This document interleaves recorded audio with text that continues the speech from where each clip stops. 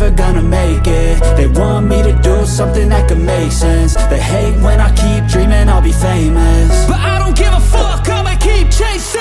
I got all this potential that's deep inside of me, but they hate when you're successful cause they try to be. They sit there being judgmental because you're trying things, and they just want you to settle and do the right thing. So get a good job, don't slack off. Wake up every morning, make a good impression on your boss. Don't do anything that I wouldn't do, and when you're making money, make sure you don't spend it too soon.